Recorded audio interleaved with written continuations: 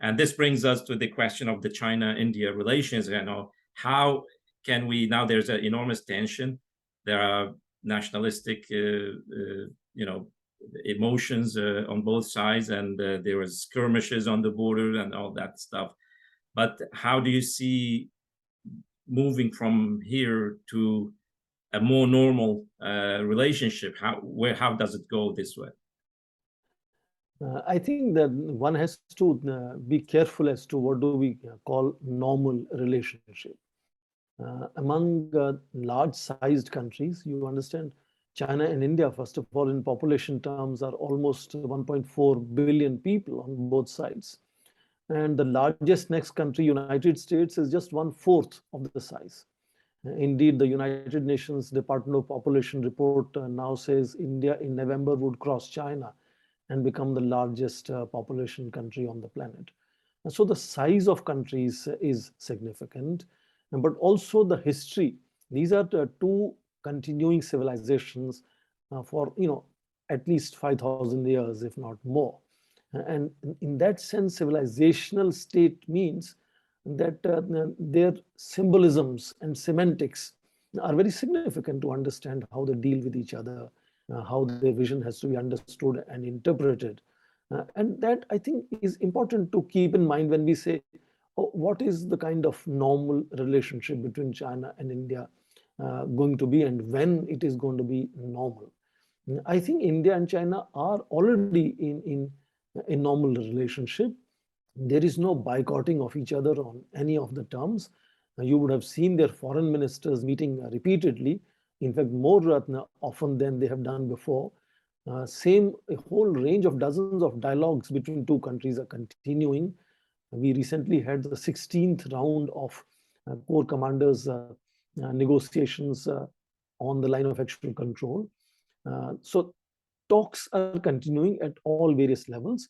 So also interactions. I just mentioned the trade rising to $125 billion last year.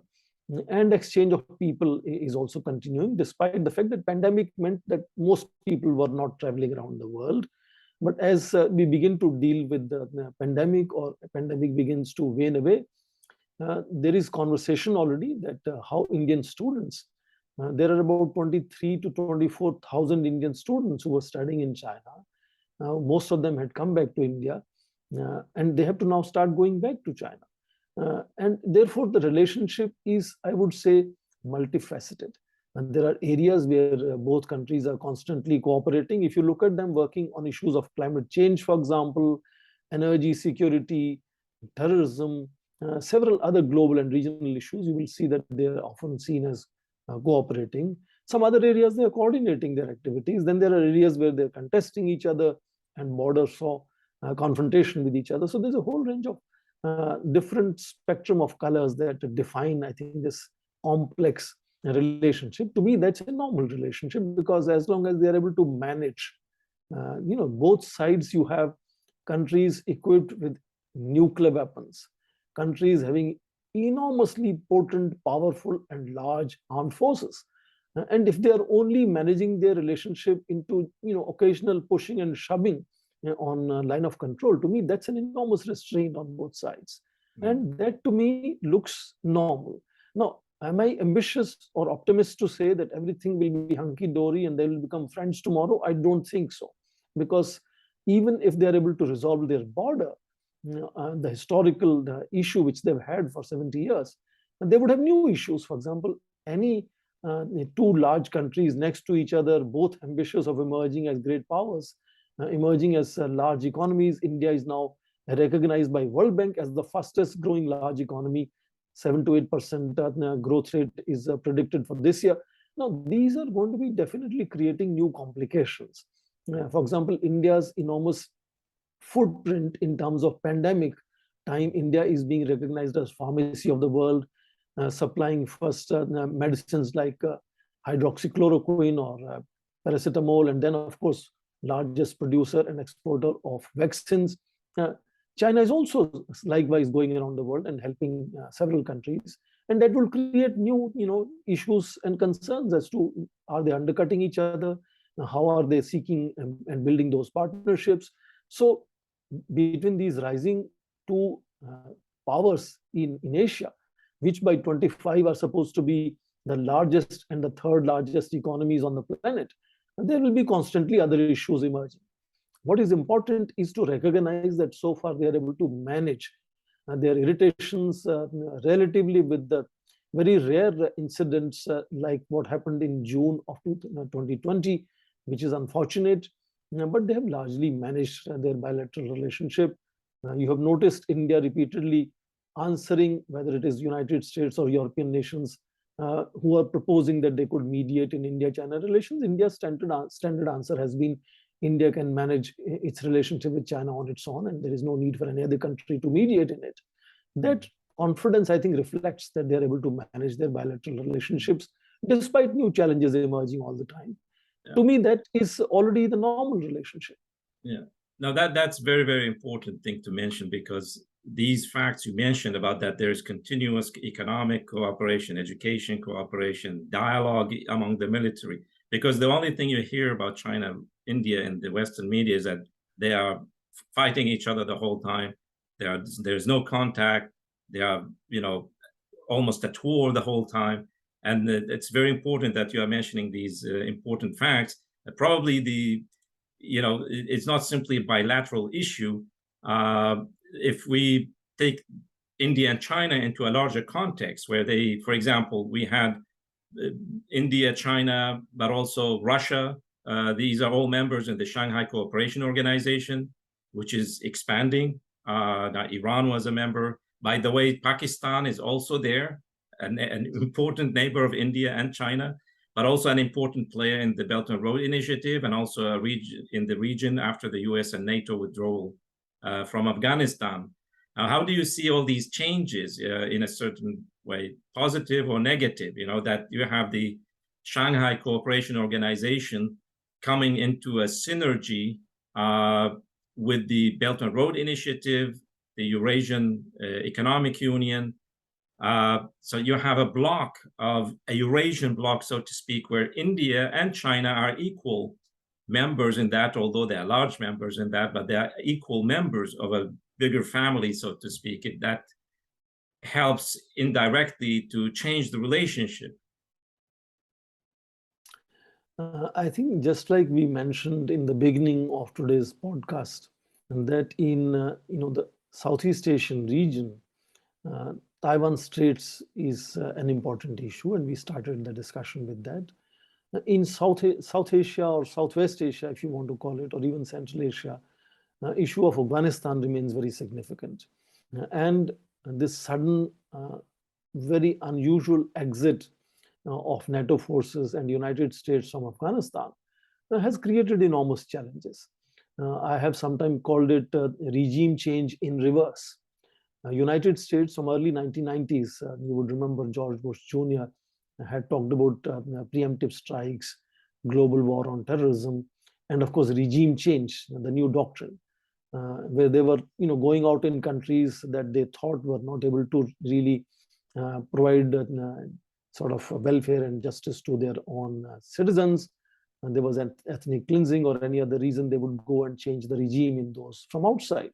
Now here is a regime change from inside. Taliban has changed the regime supported by United States. Now that is an unusual challenge, with Taliban being in command, not recognized by a single nation so far, even Pakistan, which is closest country to Taliban. No recognition as yet, but reality is Taiwan is ruling Afghanistan. And that throws up enormous challenge to the very stability of the region, to the peace and prosperity of the region. And in that context, after exit of NATO and United States, the neighboring countries become much more important, because they are the immediate recipients of that negative impact of instability. So whether it is Iran, or it is China, or it is Pakistan, or Russia, or Central Asian republics, or India, there is an enormous responsibility on these countries. And as you mentioned, there is a forum, Shanghai Cooperation Organization, where all of them sit together. And it's not now.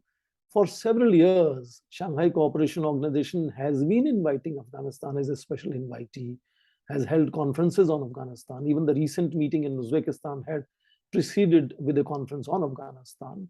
And just because they have major stakes being neighbors of Afghanistan, of instability or stability in Afghanistan.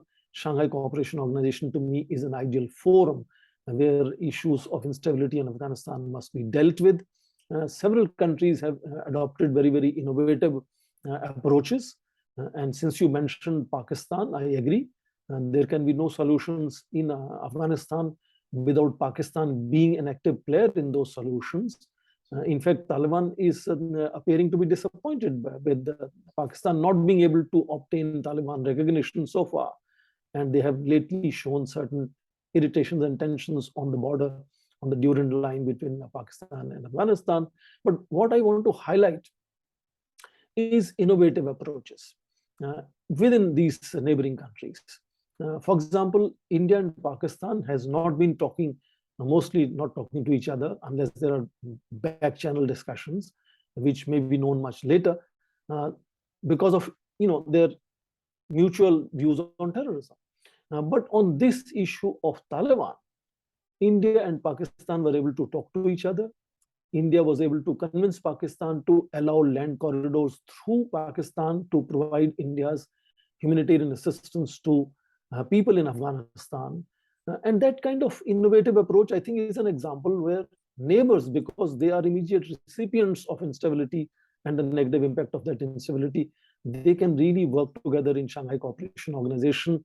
And the coming summit meeting, I suppose, should really focus on some of these areas as important, and how they can think out of box to make sure that Shanghai Cooperation Organization can bring peace, stability, and at least basic amenities to people who are suffering in Afghanistan. Yeah, I think the interesting what you mentioned here, that there should be a new paradigm, because we wrote last year, and also we presented some proposals on the integration of Afghanistan into the Belt and Road, but also into its neighborhood economically, and to build the transport corridors, the pipelines, the decades-long discussions about the Turkmenistan, Afghanistan, Pakistan, India pipeline, and so on and so forth. That the 200 years of the great game British geopolitics was ending, and now is probably the era of geoeconomics is coming into play, and that this should be the norm now, that nations can normalize relations. You can establish peace and security, not by security means or military means, but by economic means. But by putting the horse in front of the cart rather than the opposite. Of course, there are security issues among nations, but without resolving all these economic matters and raising the living standard of people in Afghanistan, it would be very difficult to cope with these things. And I think this brings us to the final question. I mean, you mentioned the fact that India and China, it's not a question of normal relations. These are thousands of years civilizations. I remember when I was writing my review of a book, it's called Paper Before Print, The History and Impact of Paper in the Islamic World. And it's by Jonathan Bloom. It's a fascinating story about how the production of paper in industrial scale moved from China to the Islamic world in the 8th century, and then expanded all the way to Europe. That this was a major revolution, actually, in dissemination of scientific, technological, and cultural and philosophical knowledge from China, from India, from Greece, So you had this like internet today. Paper became such an important vehicle. But in the beginning of the book, it discusses the fact that the interaction between India and China was so important, not only because all the monks, the Buddhist monks who would, moving from India into China, they were required to learn how to make pens and produce ink and produce papers for their teachings. And that this was some sort of the interaction between these civilizations. So what I argued in that book review is that the Silk Road, whether the new Silk Road or the old Silk Road, are not simply about trade. It's not about silk. It's not about spices, although these existed. But what is the most important things that moved along the Silk Road and today, then and today, is scientific, technological, cultural products that nations can learn from each other, nations can contribute to each other, in that sense. And I think India and China have a very, very special relationship in that sense. I mean, in China, you have the Journey to the West, one of the most popular legends, and so I would like to hear what you think about that. I'm happy, Dr. Hussein Askary, you are closing the program with this broad brush mention of the book, underlining the length of the relationship between China and India. Indeed, to put it in a very, very quick fashion, until industrial revolution of 19th century or middle of 19th century, actually, China and India were the largest producers of the world and were known globally for very, very special products, silk or several other artifacts or cotton. And these artisans were world famous. In fact, that is what, when knowledge about India and China started spreading around the world because of trading communities, that it brought in several outsiders into both China and India who were attracted to come and see these economically prosperous, socially developed civilizations of that time. And of course, Industrial Revolution, where both China and India missed the bus as if. I'm not sure if we should be regretting that, because all your problems of climate change today, which are existential problems, started with Industrial Revolution. And imagine if there was no Industrial Revolution, there will be no climate change crisis today. But anyway, that's a separate point. Indeed, that is how world today is looking at how China and India would again, by middle of 21st century, this century, would go back and become one of the largest and third largest producers and economies on this planet. And that is ordained simply by the fact because of their populations, because of their large land size, the fertility and the diversity of the resources that their land has, and of course their access to technology now. So in that sense, if you look at leaders of China and India increasingly becoming aware of their inordinate opportunity in coming times to not just provide welfare, peace, and prosperity to their own populations, which itself means bulk of the world population, but also go out and contribute to other societies and other nations, then their bilateral irritants become really much smaller, because they have now this unusual opportunities in coming decades to change the face of the planet, and to change the way we look at life and how we live life. And in that sense, once Indian and Chinese leaders begin to focus on this inordinate opportunity, they will look at their responsibilities very differently. They will measure their challenges very differently. And that is how increasingly we notice that both China and India are beginning to work together in larger regional and global issues, where we notice much more synergy than anxieties, anger, and confrontation. And that, in fact, has a positive spin on how they are able to better manage what was their bilateral or historical irritations between them.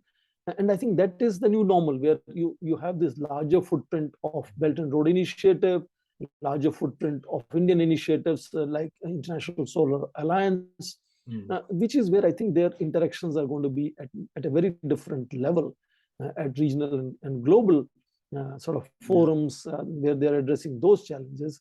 Yeah. And I think that would help us understand that we are deeply rooted in our civilization and culture. And once that connection is made and is being made in both China and India, we possibly will see greater stability in their bilateral relations, which you rightly mentioned, and doesn't only impact their bilateral relations, but has impact at much larger level as well. Yeah. Thank you, Dr. Hussein Askary, for making me part of your podcast series, and I hope our listeners would have some takeaway from discussion today. I thank you very much for taking the time for being with us. I mean, our discussion has taken much longer time than we anticipated. I mean, we can go on for hours, but we have a limitation. I mean, one thing to mention is that China and India are already changing the face of Earth. There was a study by NASA released 2 years ago. I wrote an article about it, that China and India together, they increased the green cover on the whole planet by 20% due to their agriculture activity and also afforestation projects, fighting deserts and planting forests and so on. So these two countries are changing the face of Earth already, and we hope that they will contribute together even more. I thank you very much for taking the time for being with us. It's a great pleasure for us. Hopefully we'll see you again. Thank you. Thank you very much.